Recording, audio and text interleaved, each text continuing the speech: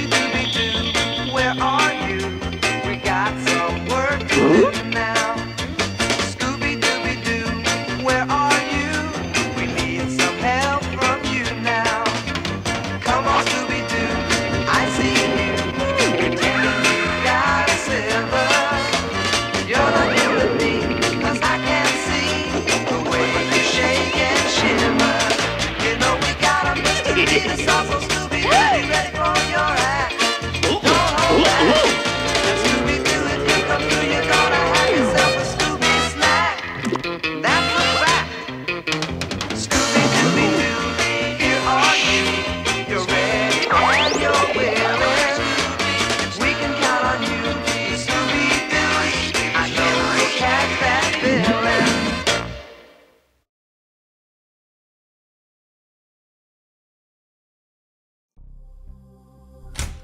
And last but not least, welcome to Mission Control. Awesome. Wow.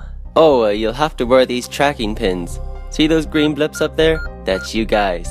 Make sure not to take them off. We've had some security issues at the base recently, and we want to make sure you stay safe. What kind of security issues? Don't worry, it's nothing we can't handle. Well, that's it for the tour. You'd better get going. You don't want to be late for your own ceremony, do you, Velma?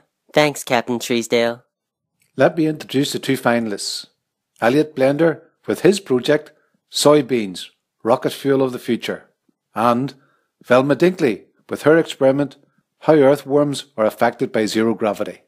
Unfortunately, we've only got room in the shuttle for one of these projects. And so, the winner of this year's Future Sensor contest is Velma Dinkley. Wow, Velma, that's a great trophy. I have to say I'm pretty excited. Not only did I win, but I got to meet my favorite scientist, Janet Lawrence. She even signed this. Janet has a degree in astrophysics and biochemistry. Like I didn't know they made bubblegum cards for scientists. Well, they don't. My science club made them.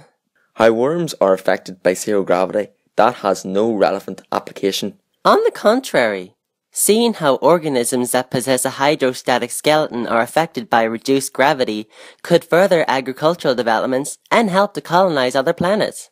Mine's still bladder. Well, there's always next year, Elliot.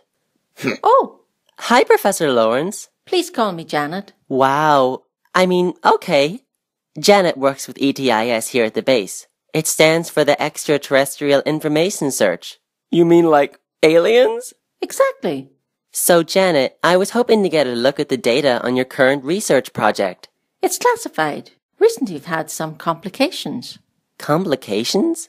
Hopefully it's nothing to worry about. So, Janet, do you think I have the right stuff to be an astronaut? Being an astronaut takes a lot of work. I know I could never do it. I'm afraid of heights.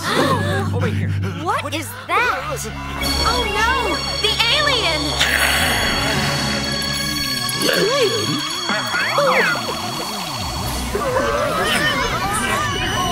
What was that thing? That was the complication? I warned you that could happen. Well, from now on, we're not taking any chances. I've already locked down the base. No one is permitted to leave. What about the shuttle flight? I'm sorry, Janet, but until we find that, whatever it was, the launch is cancelled. Professor Lawrence, could that really have been an alien? Anything is possible, Velma. Last month I sent a probe to collect some comet debris and it picked up something very unusual. It looked like an egg. Earlier this evening I was about to run a preliminary scan of it, but then the egg hatched. Oh, I tried to warn everyone that there might be an alien on the loose, but no one would believe me. That must have been one big egg. The alien is 4 feet tall. That's just the thing. The egg wasn't very large at all. Lucky us, it's going through an alien growth spurt. Don't worry, Janet. We're going to get to the bottom of this. You guys go ahead, but be careful. The first thing we should do is check out the lab. Scuba and I are staying right here. Where? Right here? Where we just saw the alien? Suit yourself. Why does she always do that? Like, wait for us.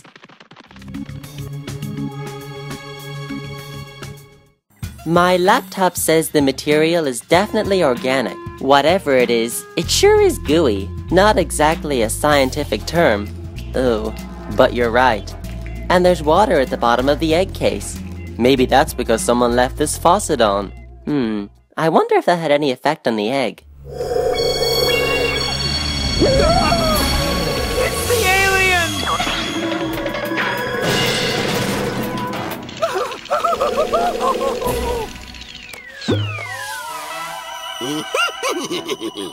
Hey gang, what's a makeup container doing in the lab? Maybe it belongs to Janet. I doubt it. She didn't have any on at the ceremony. And if you don't wear makeup to an event like that, you certainly don't wear it whilst working in your lab.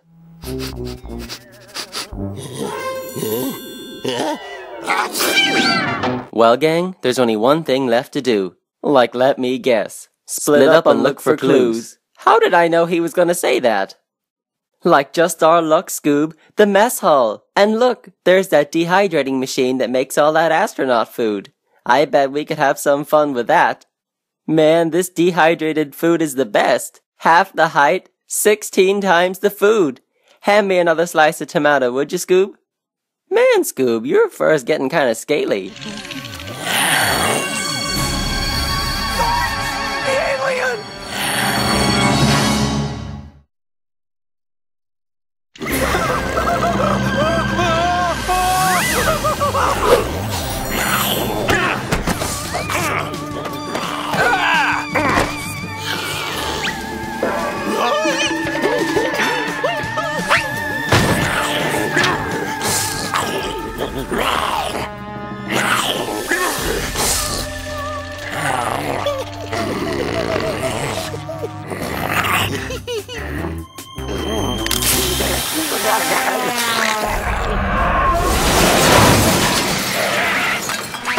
Like, way to go, Scoob. You trapped him.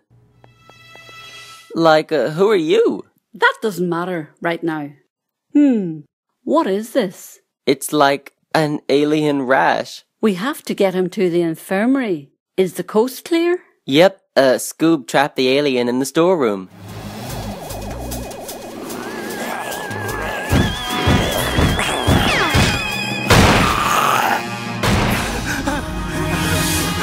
Hey guys, any luck? Yep, and all of it bad. We saw the alien, and not only did we see him, but he's growing. That menace from Mars is now taller than Freddy. I wonder just how big it will get. Like, I don't want to find out. Either.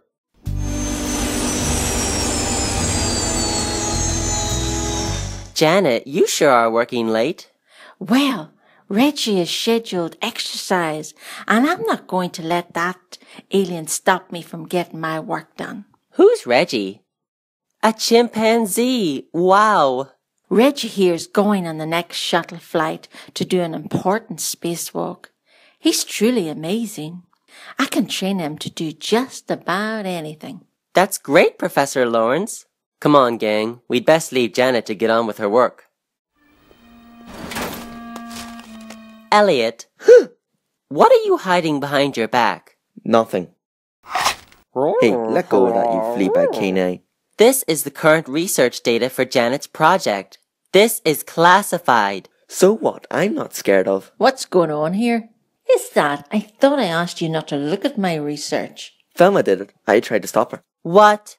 It doesn't matter who did it. I told you that you were welcome to look around the lab, but my data was off limits. I don't believe in violence, but that doesn't mean I don't know how to give a mean wedgie. Ew! Wait. I can help you. I doubt that highly. Trust me. I found something. You brought us to a janitor's closet? Would you just look inside already? Jeepers, this looks like spy stuff. What would a janitor be doing with all this?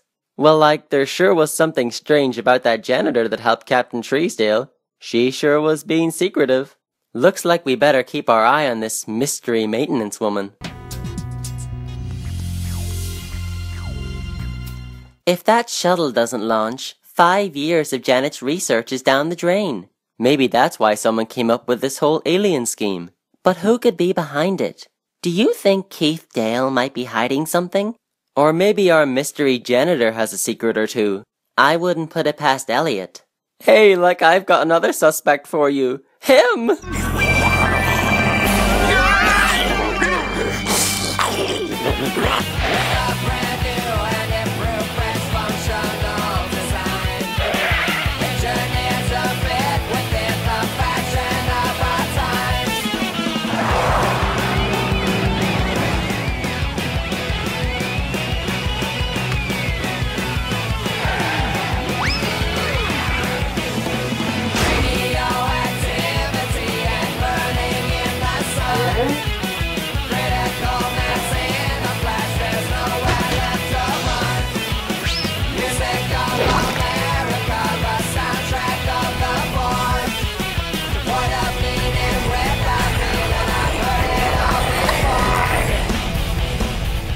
Where's Daphne?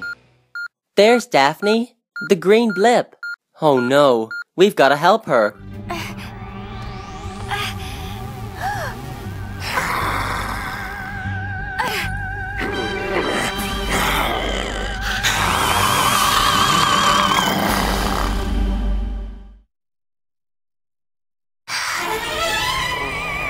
This darn shoe!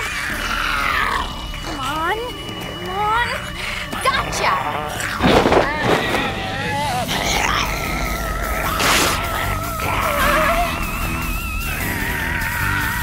Right, don't look down, Daph!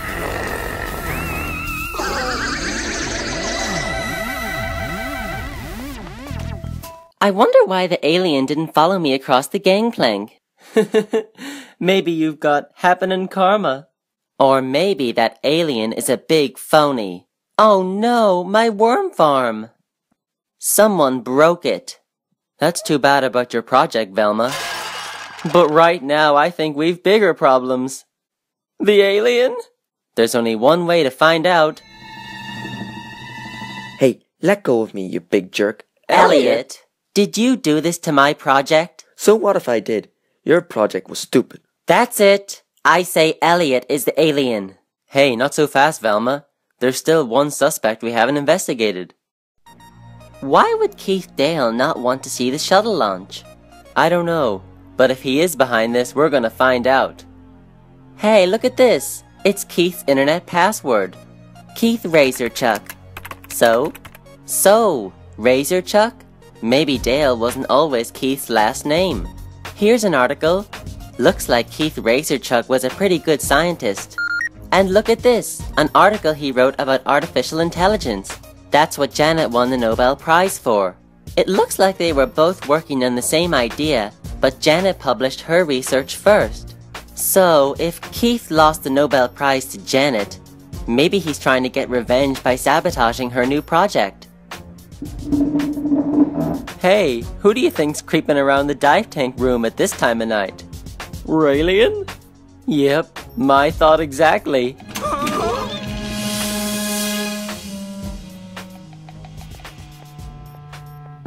We better tell the gang about this. Now, what would a janitor be cleaning in here? And why so late at night? This doesn't look right. We need to get a closer look at this surveillance camera. This looks like some kind of radio transmitter that's been hooked into the security system. That janitor must have put it here. Well, I think I've got this mystery just about figured out. Looks like there's only one thing left to do.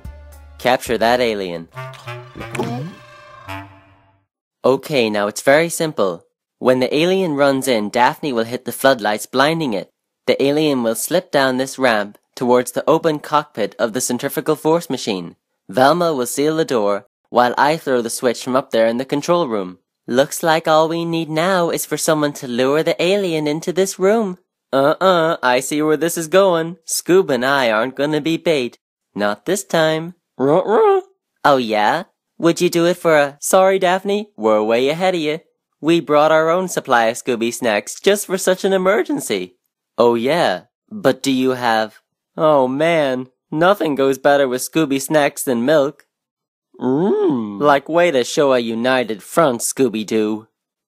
Remember that triple creature feature we saw last week? Well, if I learned anything, it's that aliens like to hide in vents. Like, hand me that screwdriver, would you, Scoob? So much for the movies. I think I hear someone coming. Throw the lights, Daphne!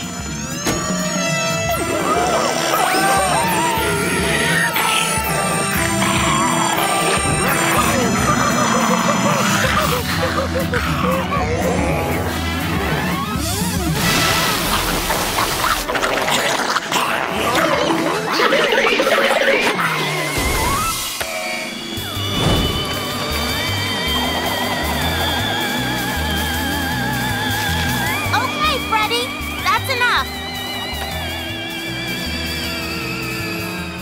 It's time to find out who our alien really is. Janet Lawrence? Professor Lawrence? But why? Because her project wasn't ready. Instead of facing the humiliation of admitting her mistake, she decided to keep the space shuttle from launching by coming up with this whole alien egg scam. That's why she didn't want us looking at her data. And that's why she wouldn't chase Daphne across the gangplank at the top of the tower, because Janet is afraid of heights. And that makeup I found in the lab did belong to Janet, but it wasn't makeup at all. It was an allergy powder that caused that strange rash in Captain Treesdale. And only someone with a degree in biochemistry could create a freaky compound like that. Great work, kids. But how do you explain the shorter alien? It couldn't have been Janet. The short version was Reggie the chimp, wearing the alien suit. Then Janet wore the costume herself for the medium version, and used stilts to make it look like the alien was growing for the tall version. But thanks to Shaggy, there was one final clue that put it all together for me. When he told me about the so-called astronaut food in the mess hall, it made me realize that the alien egg was nothing more than dehydrated organic material. When Janet wanted to make it look like it was hatching, all she had to do was add a little water. And I would have gotten away with it too if it weren't for you meddling kids.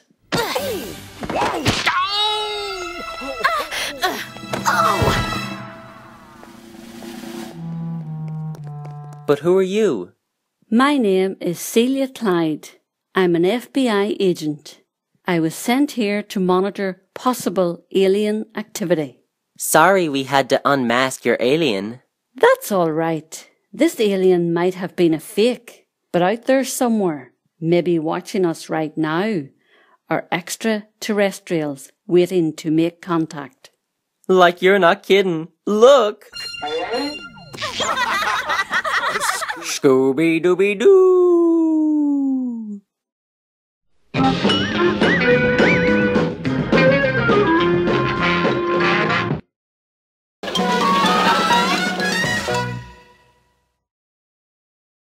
And I would have gotten it out.